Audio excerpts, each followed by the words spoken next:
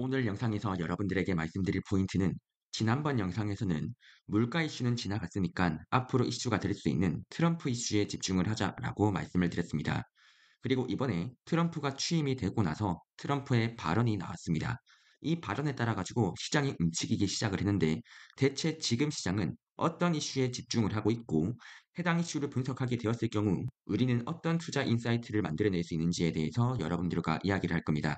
이를 통해서 최종적으로 여러분들이 수익을 볼 수 있는 투자 전략까지도 말씀드려 보도록 하겠습니다. 우선 이번에 트럼프 발언에 따라 가지고 시장이 어떻게 반응을 했는지에 대해서 말씀드려 보겠습니다. 우선 지금까지 시장에 이슈가 있었다면 지금 시장 참여자들은 트럼프가 취임을 하고 나서 바로 즉각적인 관세 공격을 하지 않을까라고 생각을 했었습니다. 하지만 이번에 트럼프가 취임을 하고 나서 점진적으로 관세를 부과할 것이다 라고 하는 발언들이 나오면서 주식시장과 채권시장 입장에서는 즉각적으로 관세 공격을 하지 않구나. 그렇다면 지금까지 상승을 했었던 달러 가격들은 하락을 하게 되었고 이와 동시에 증시는 상승을 했었고 채권 금리가 하락을 했었습니다. 그런데 해당 취임사 이후에 트럼프의 다른 발언이 있었는데 어떤 발언이 있었었냐면 이르면 2월 1일부터 캐나다와 멕시코에다가 관세를 25%를 부여할 수 있겠다라고 하는 발언이 나왔습니다. 즉 여기에서 핵심 포인트는 우리 관세 부여 안 한다는 거 아니라 우리 관세 부여할 수 있다라고 하는 발언과 함께 달러가 다시 한 번 더 소폭 상승을 했고 증시는 하락을 했습니다. 여기에서 집중할 수 있는 포인트가 있다면 지금 시장 참여자들이 관세에 대해서 우리가 집중을 한다라고 생각을 하고 있지만 우리가 집중적으로 분석을 해야 되는 포인트가 무엇이냐면 관세 자체에다가 우리가 집중을 하는 포인트가 저는 아니라고 생각을 합니다.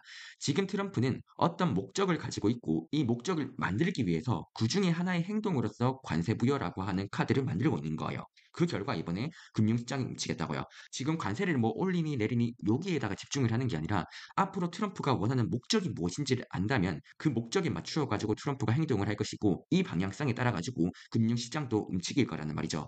여기에서 우리가 알 수 있는 핵심 포인트가 있다면 지금 트럼프의 행동은 관세 부여라고 하는 행동을 실시를 하고 있는데 대체 왜 이런 행동을 하는가? 어떤 목적을 달성하기 위함인가를 우리가 알 수 있게 된다면 앞으로 트럼프가 원하는 목적을 만들기 위해서 어떠한 행동을 할 겁니다. 그게 관세 부여일 수도 있고 아니면 관세를 낮추는 전략일 수도 있을 거예요. 그러면 이런 행동에 따라 가지고 금융시장이 변하겠죠. 근데 이 모든 거에 기반에 깔려 있는 것보다 트럼프는 어떤 목적을 달성하기 위해서 지금 이런 식의 행동을 하고 있는가 이것을 이해를 하자는 것이죠.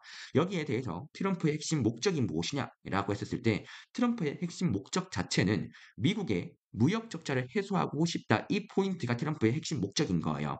그리고 이 무역 적자를 해소를 하기 위해서는 다른 나라들이 미국의 물건을 사줘야 되겠죠. 근데 미국의 물건 자체는 사실상 많이 비싸잖아요. 이러면 미국의 무역 적자를 해소를 하기 위해서는 미국의 물건을 무언가는 사줘야 되겠죠. 이때 반드시 필수적으로 살 수 있는 것들이 무엇이 있느냐라고 할 때 에너지라고 하는 거는 전 세계적으로 반드시 필요하다 보니까 미국 물건 중에서 에너지를 많이 팔 수 있겠다라고 트럼프는 생각을 하고 있고 미국 에너지 생산량 많이 늘려라 이런 식의 정책도 나오고 있다는 거죠. 즉 지금 트럼프가 원하는 포인트는 무역 적자를 해소하고 싶었고 이 중에서 하나로 에너지를 크게 판매를 하고 싶었다. 그리고 이를 위한 방법론적으로서 다른 나라들에게 미국에 있는 물건들 구매를 해라. 이거 구매 안 하게 되면 우리 관세 때리겠다. 이런 식으로 협상용 카드를 실시를 하고 있다라고 바라볼 수가 있다는 것이죠. 즉 지금 트럼프가 취하고 있는 이 모든 정책들의 방향성은 무역 적자를 해소하기 위한 어떤 방향성으로 지금 정책들이 움직이고 있고 그리고 이런 식의 정책들에 지금 주식시장이 민감하게 반응하고 있다라고 바라보시면 돼요.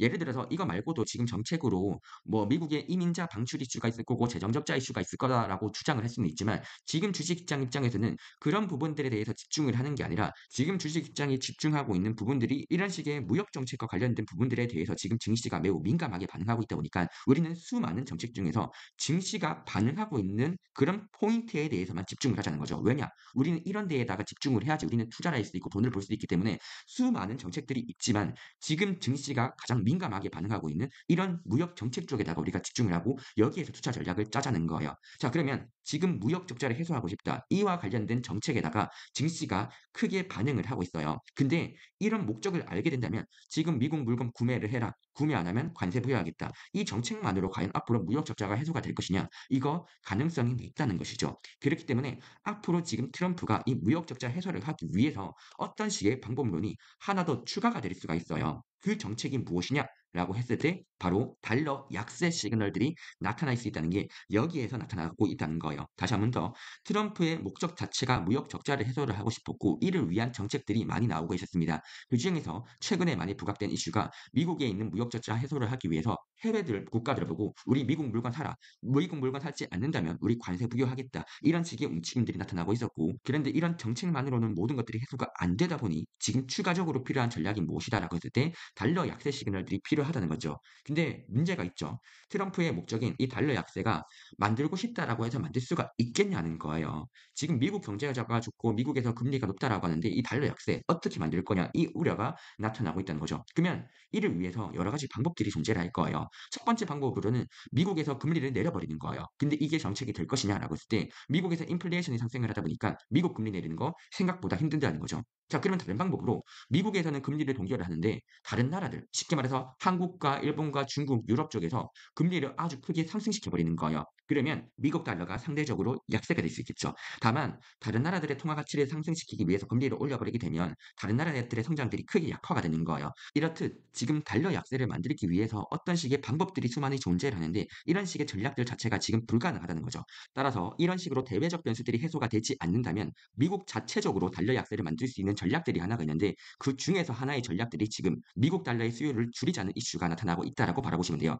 이 미국 달러의 수요를 줄이겠다는 이 전략 방법으로 어떤 식의 방법론이 있냐면 바로 미국 달러를 보유하게 됐을 때 세금을 내라고 하는 것이죠. 자, 그렇다면 미국 경제가 좋아서 미국 달러를 보유를 하고 싶었는데 미국 달러를 보유를 했을 때 세금을 낸다라고 한다면 미국 달러에 대한 수요 자체가 줄어들게 되겠죠. 그러면 미국 쪽에서 금리를 내리지 않더라도 다른 나라 쪽에서 통화 가치를 절상시키지 않더라도 애초에 이 전략 자체만 나오게 된다면 미국 달러 약세 시그널들을 만들어낼 수가 있고 이렇게 달러 약세 시그널들을 만들어냈다라고 했을 때 미국 무역 적자 해소라고 하는 전략들이 만들어질 수가 있고 또한 최근에 문제가 되고 있었던 재정 적자라고 하는 이슈 자체도 해소를 할 수 있기 때문에 이 전략 자체가 지금 미국 트럼프 입장에서는 두 마리의 토끼 모두를 잡을 수 있는 좋은 전략이라는 것이죠. 그리고 이런 식의 전략들이 앞으로 조금씩 부각이 되고 있다라고 체크를 하시면 될 것 같아요. 따라서 이런 식의 흐름들을 알고 있다면 대략적으로 투자 전략 포인트가 만들어진다라고 생각을 합니다.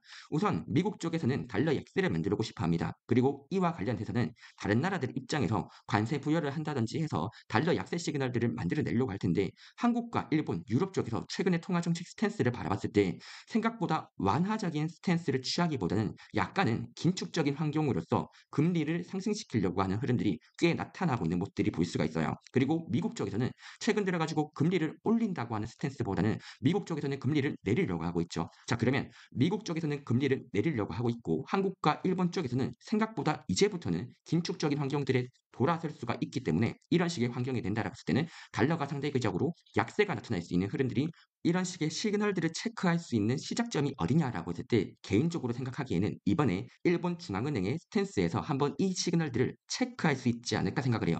그래서 지금 제가 생각하는 이 가설은요. 지금 말 그대로는 가설인데 이 가설에 대한 증거들을 어디서 찾을 수 있느냐라고 했을 때는 이번에 일본 중앙은행 스탠스에서 읽어낼 수가 있고 이 시그널들을 읽어낸다라고 했을 때 생각보다 달러 약세 시그널들이 나타날 수 있지 않을까라고 생각을 하는 거예요. 다시 한번 더 말씀드립니다. 이거는 가설이에요. 하지만 이 가설에 대한 근거들이 나타날 수 있는 시점이 언제냐라고 했을 때 이번에 BOJ에서의 코멘트들에서 나타날 수가 있고 그리고 미국 FMC에서 이 시그널들을 한번 읽어낼 수 있지 않을까라고 체크를 하는 거죠. 이 시그널들이 맞다라고 한다면 향후에 달러 약세 흐름들이 나타날 수가 있고 이 흐름들이 나타난다라고 했을 때는 원화 같은 경우에는 1330원에서 1370원까지는 하락할 수 있을 거다라고 바라보는 입장입니다. 그래서 이런 포인트들 향후에 투자 전략 포인트를 뽑아낼 수가 있다 보니까 이거는 향후에 중앙은행들의 스탠스를 보고 이제 영상들을 다시 한번 더 만들어 드리겠습니다. 핵심 포인트는 저는 이런 식의 중앙은행들의 스탠스들을 조만간에 보일 수 있거든요. 여기서 보고 나서 달러 하락에다가 베팅하는 전략들이 과연 타당한지에 대해서 다시 한번 더 검토를 할 수가 있을 것이고 개인적으로는 달러 하락 가능성들이 조금 높아지고 이런 과정에서 뭐 엔화나 원화 같은 자산들의 통화 가치 절상 시그널들이 나타나지 않을까라고 생각을 합니다. 그리고 이런 식의 환경들이 만들어진다라고 한다면 한국의 주식시장 입장에서도 비교적 선방할 수 있는 환경들이 만들어지지 않을까라고 생각을 합니다. 오늘 영상은 여기에서 마치도록 하고 다음에 이런 식의 중앙은행의 스탠스들을 여러분들이 집중을 하다 보면 투자 전략들 한번 나타나지 않을까 생각을 합니다. 나머지 중요한 코멘트에 대해서는 멤버십 커뮤니티 게시글들에다가 코멘트들을 남겨드릴 거고 개인적으로 지금 포트폴리오 관점에서는 주식을 매도를 하겠다라는 시그널보다는 홀딩을 하는 전략들이 비교적 타당하지 않을까라고 생각을 하고 있습니다.